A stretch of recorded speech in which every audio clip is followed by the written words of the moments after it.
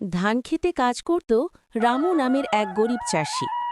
তার একমাত্র আশা ছিল তার ছোট্ট পরিবারকে ভালোভাবে বাঁচিয়ে রাখা। রামুর জমি ছিল খুব কম, আর খরার কারণে প্রতিবছর ধান ভালো হয় না। কিন্তু সে কখনো হাল ছাড়ত না। সকালে সূর্য ওঠার আগে উঠে দিনের শেষ পর্যন্ত পরিশ্রম করত। এক বছর ছিল প্রচণ্ড খরা। ঝামেলা আর দুশ্চিন্তার মাঝে রামু ভাবত, এবার হয়তো ফসল উঠবে না। তার দুই সন্তানও বাবার সঙ্গে জমিতে সাহায্য করত।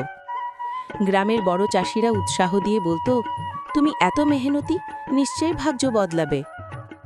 রামু বিশ্বাস করত কঠোর পরিশ্রমের শক্তিতে।